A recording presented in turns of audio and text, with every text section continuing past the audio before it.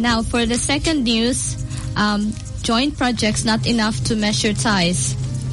It's not the number of joint projects with China, but also the prevalence of an environment that makes such partnerships possible that should measure the quality of the relationship between the Association of Southeast Asian Nations, or ASEAN, and the Asian giant, Foreign Affairs Secretary Albert Del Rosario said yesterday. Del Rosario issued a statement at the ASEAN-China ministerial meeting at Naypyidaw, Myanmar. While acknowledging the continuing development of ASEAN-China relations across various fields, Del Rosario cited the need for the creation and preservation of an environment conducive to the further deepening of relations. The continued deepening of our relationship, however, must not only be seen in the numbers of projects, but also in the enabling environment that makes such projects possible. Such an environment must be guided by the rule of law, Del Rosario said before outlining the Philippines' Triple Action Plan that aims to reduce and manage tensions in the South China Sea and West Philippine Sea. Developments on the ground and on the seas should equally be amicable to reflect and complement the commitment with which we pursue our diplomatic dialogue, he said.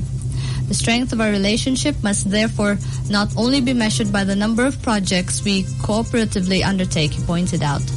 Del Rosario highlighted the critical role of people-to-people interaction and connectivity in fostering a meaningful sense of community among ASEAN and Chinese peoples.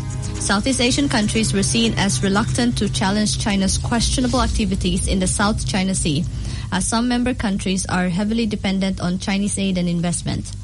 In 2012, the 10-nation bloc, for the first time in its 45-year history, failed to issue a joint communique at the end of the summit in Cambodia because Phnom Penh refused to include any reference to a discussion of the sea disputes. China's close ally Cambodia, which was ASEAN chair at the time, had consistently opposed any mention of the Philippines' Panatag or Scarborough Shoal in the joint statement and announced that a joint communique cannot be issued. On Friday, Del Rosario reminded summit participants of the deteriorating situation in the South China Sea and West Philippine Sea due to an increased pattern of aggressive behavior and provocative actions in the region. He was apparently referring to China's brazen staking of its claim over some islets, shoals, coral reefs, and sandbars within the exclusive economic zones of other countries, including the Philippines. The ASEAN foreign ministers acknowledged the urgent need to address the tensions in the South China Sea in a manner that is peaceful and constructive, consistent with a declaration on the conduct of parties in the South China Sea and in accordance with international law. The TAP contains immediate, intermediate, and final approaches to address the territorial issues in the region. As an immediate approach, the TAP calls for a moratorium on specific activities that escalate tension. On an immediate basis, ASEAN, in demonstration of its leadership, must call for a cessation of activities that escalate tension, pursuant to Article 5 of the ASEAN-China Declaration on the Conduct of Parties in the South China Sea, Del Rosario said.